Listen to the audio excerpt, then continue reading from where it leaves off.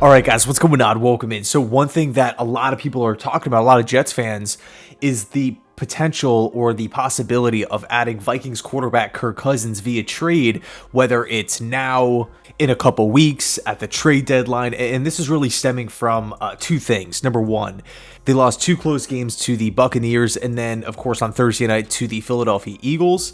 And then number two, the fact that Kirk Cousins is on an expiring contract, and there has been some hesitation from the Vikings organization to, hand out another long-term contract, right? And I say long-term meaning really multi-year. So 2-3 year deal, somewhere in that range. It's not like Kirk Cousins is 26 years old coming off a rookie contract here. Some fans are for it, some fans are against it. This is where I stand with it.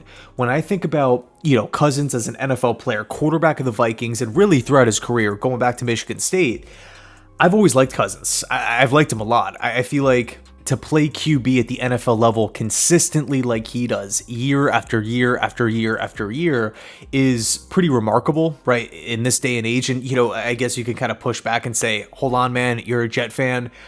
You might be used to seeing the Jets cycle in different quarterbacks every couple of years. And that is true.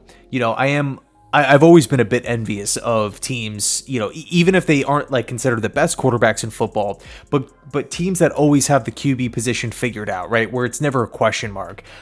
You can point to like the Falcons with Matt Ryan, the Lions with Matthew Stafford, the Vikings with Kirk Cousins, back in the day, Carolina with Cam Newton. But that aside, I think when we look at Cousins as an offensive mind, he does a really good job of understanding offensive football, understanding what each given play calls for, everything that comes with playing the QB position. I think he does a really good job of breaking down defenses.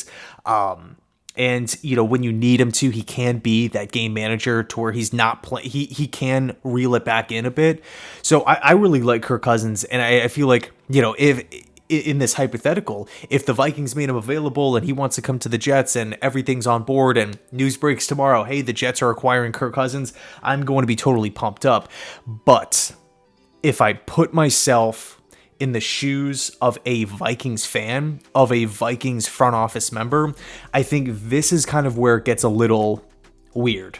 So to me, there's really four holdups. There's four stipulations, if you will, four things that have to happen for Kirk Cousins to be moved to the New York Jets. Number one, whenever you're talking about trading a player, that team has to decide, okay, we are going to move you now. So the Vikings have to want to trade him. And again, we're only 2 weeks. Well, in the case of the Vikings, they're 2 weeks into the season. For the Jets, we're still 1-0 here. But are the Vikings, a team right now that had all offseason to find a replacement, all offseason to find a long-term plan, all offseason to find, somebody that they feel really, really good in to replace Cousins in the event that he goes down or gets traded, 2 weeks into the season, after these games were close losses, after Kirk Cousins has looked really, really good, they are now ready as an organization to turn around and panic and say, well, hold on, Kirk Cousins is on an expiring deal. Might as well pack it in. Let's punt on the season. Let's move him. I just don't feel like that's realistic at this point in time. I mean, what message does that send to the locker room? Okay, we're going to part ways with Kirk Cousins here, and we're going to give the reins to backup quarterback Nick Mullins from here on out. Backing up Nick Mullins is rookie Jaron Hall from BYU. And we're just going to roll. Like, they have the best wide receiver, one of the best wide receivers in football, in Justin Jefferson. They're 0-2. Granted, it sucks to be 2 games below 500, but I mean, are they in a position, like 2 weeks into the season, to move Kirk Cousins? I just don't know. That would seem like the ultimate panic move, in my opinion.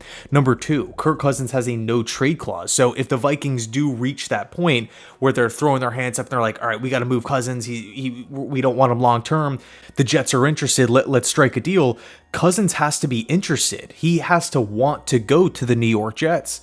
And right now I'm looking at the Jets as a team that isn't really looking for somebody to come in and be the long-term option there. I feel like the Jets right now, in the event that they do go out and sign a veteran, in the event that they do go out and trade for a quarterback, they are looking for somebody who, in a sense, is a relief pitcher who could come in this season and hold down the fort.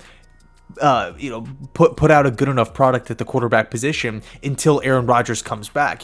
Rodgers was on the McAfee show today, or as far as when I'm filming this video, and did not sound like a guy who's going to be hanging it up or calling it quits. Now, I don't want to jump to conclusions here, but I do believe that Rodgers will be back with the Jets next season. He's under contract. He's still owed a lot of money, and he still obviously has that fire to want to continue playing. Is Cousins willing to waive the no trade clause to essentially become a rental? I don't know. Number 3 is a high price tag. Whether the Jets trade for him now or they explore something at the trade deadline, assuming that the Viking season continues to result in loss after loss, week after week, I have a hard time envisioning the Vikings front office saying, okay, we're turning the football over to Nick Mullins for, from here on out. We'll take a 5th round pick. We'll take a 4th round pick for Kirk Cousins. I'm not buying it. Right, I think a 2nd round pick makes sense. A 2nd and more makes sense, but the Jets have a 2nd round pick going to Green Bay for Aaron Rodgers, so we're probably talking realistically about a 1st round pick.